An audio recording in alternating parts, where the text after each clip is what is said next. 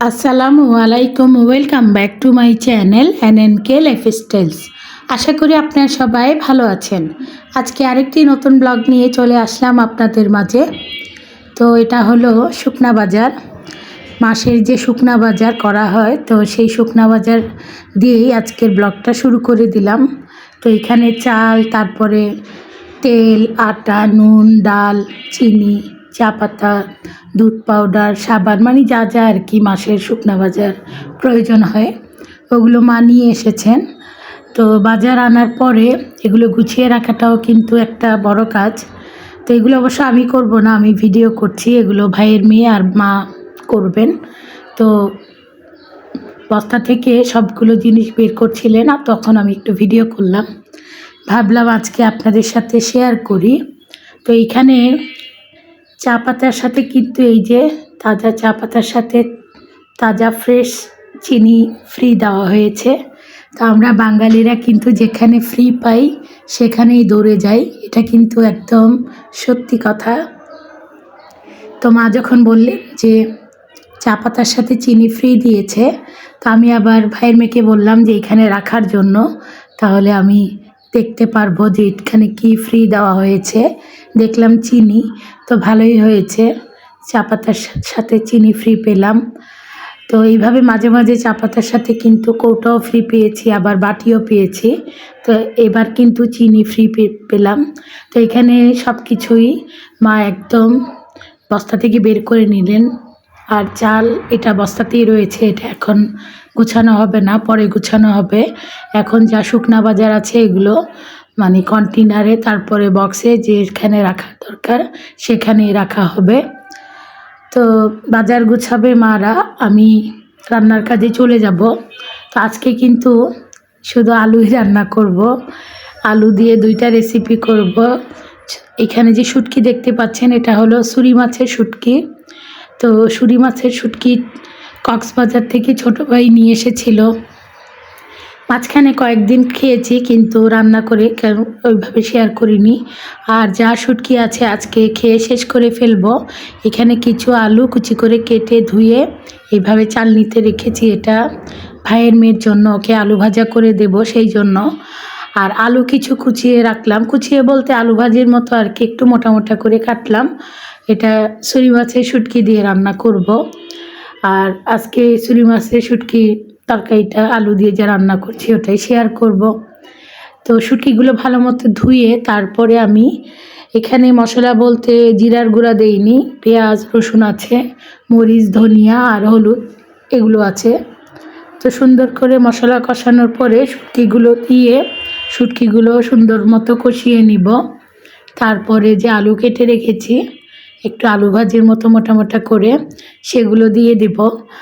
আর নতুন আলু, তো নতুন আলু দিয়ে যাই রান্না করবেন খুবই টেস্টি লাগে, খুবই মজা লাগে। আর শুটকি তরকারি রান্না করলে তো আর কোনো কথাই নেই। তো আমি কিন্তু খুব সুন্দর করে আজকে আলু দিয়ে শুটকির তরকারিটা রান্না করেছিলাম এবং খেতেও খুব মজা হয়েছিল। আর আমাদের বাসায় শুটকির তরকারি সবার পছন্দ, শুধু ভাইয়ের মেয়েটা খায় না। তো এখানে যে আলু দিয়ে তারপরে একদম মানে আলুটার পানি না শুকানো পর্যন্ত কিন্তু আমি কষাতে থাকব। যখন পানিটা শুকিয়ে যাবে আলুর আর তেল উঠে আসবে তখন আবার পানি দেব আলু সেদ্ধ হওয়ার জন্য। আর এটা কিন্তু একদম যে ভুনা ভুনা টাইপের তা না, একটু ঝোল ঝোল টাইপের রান্না করব। আর এইভাবেই আমি আলু দিয়ে যদি শুটকি রান্না করে থাকি এইভাবেই রান্না করি। তো এই সুরি মাছের শুটকি আবার বেগুন আলু দিয়েও রান্না করে থাকি। তো আজকে বেগুন না, শুধু আলু দিয়ে রান্না করব। আর নামানোর আগে ধনিয়া পাতাও দিব, কাঁচামরিচ ফাড়ি করেও দেব। শুটকি তরকারিতে কাঁচামরিচ দিলে কিন্তু খুবই আর কি ভালো লাগে ঘ্রাণটা। তো এইখানে সব কিছু মানে বললাম না যে কষানোর পরে ঝোলের পানি দিয়ে দেব। ভালো মতো কিন্তু অনেকক্ষণ ধরে কষিয়েছি, তারপরে এই যে ঝোলের পানি দিয়ে দিলাম।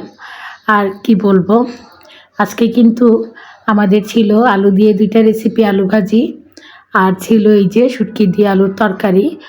আর সেই সাথে যেহেতু মা গিয়েছিলেন শুকনা বাজার আনতে, তো আজকে তো আর ওইভাবে বললাম যে মাছ রান্না করব না, আলু দিয়েই শুটকি দিয়ে তারপরে আলু ভাজি সাথে আর কি ডিম ভাজা করেছিলাম। তো আমি কিন্তু পরে ডিম ভাজা আমার জন্য করিনি, কারণ শুটকির তরকারিটা দিয়েই আমি পেট ভরে ভাত খেয়েছিলাম। আর এই শুটকির তরকারি আমার যে কত পছন্দের, আসলে আমি এটা বলে বোঝাতে পারবো না। সেই সাথে যদি এরকম লইট্টা কিংবা ছুরি মাছের শুটকি হয় তাহলে তো কোনো কথাই নেই। তো মাঝখানে আমি একটু নেড়েচেড়ে দিয়েছিলাম, এখন আবার নেড়েচেড়ে দিচ্ছি।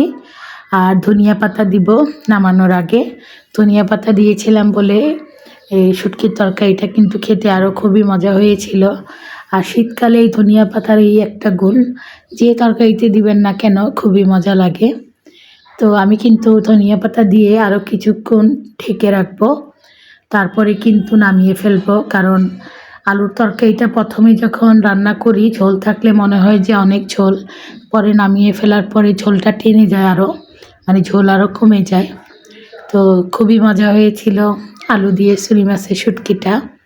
তো আপনাদের সাথে শেয়ার করলাম আজকে শুটকির তরকারিটা।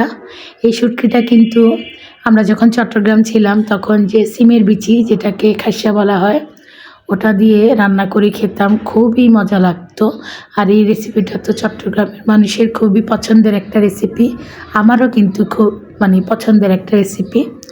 তো ছুরি মাছের শুটকি থাকা অবস্থায় ভেবেছিলাম একদিন রান্না করব, পরে ওই যে সবাই তো খাবে না, আমি একার জন্য রান্না করব, ওই জন্য রান্না করি নাই। তবে শুটকি দিয়ে সিমের বিচি দিয়ে যে রান্না করা হয় এই রেসিপিটা কিন্তু আমার খুবই পছন্দের রেসিপি।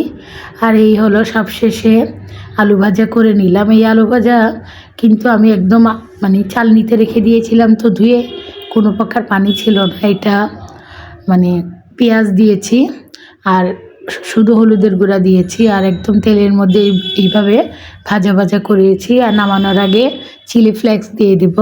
আর এইভাবে করে যদি আলু ভাজা করে দিই, ভাইয়ের মেয়ে খুব পছন্দ করে খায়, ওর খুবই পছন্দের একটা খাবার। তো এইখানে ভাতও বসিয়ে দিলাম, আর তারপরে আর কি অন্যান্য যে কাজ সেগুলো করে নিব। তো আজকে আর তেমন একটা ঝামেলা মনে হয়নি, রান্নাবান্নাগুলো খুবই সহজ এবং শর্টকাট ছিল।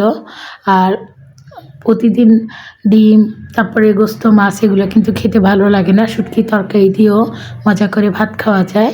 আর এটা হলো ছোটো খালারা দিয়েছেন, এখানে জলপাইয়ের আচার, বেগুন ভাজা, আর হলো লেটকা খিচুড়ি, যেটাকে নরম খিচুড়ি বলি আর কি, সবজি দিয়ে। তো এটা কিন্তু গরম গরম খেতে খুবই মজা লাগে। আর আমার এই লেটকা খিচুড়িটা সকালবেলা নাস্তায় খেতে কিন্তু খুবই ভালো লাগে। তো যাই হোক, খালারা তো দুপুরবেলা দিয়েছেন, এটাও খেয়েছিলাম। তো আমার এই আজকের ভিডিওটি দেখে যদি আপনাদের ভালো লেগে থাকে তাহলে অবশ্যই লাইক দিবেন, কমেন্টস করবেন। আর এই যে দেখেন মটর ভাজা, মা নিয়ে এসেছিলেন 2 প্যাকেট। আমার কাছে তো খুবই ভালো লাগে, কিন্তু মজার বিষয় হলো এত বড় একটা প্যাকেট কিন্তু থাকে অল্প, মটরগুলো অল্পই থাকে ভিতরে। তো যাই হোক, 2 প্যাকেট তো 1 প্যাকেট আমি নিয়ে নিলাম খাওয়ার জন্য। ভাইয়ের মেয়েকে বললাম একটু আমাকে বাটিতে ঢেলে দেওয়ার জন্য।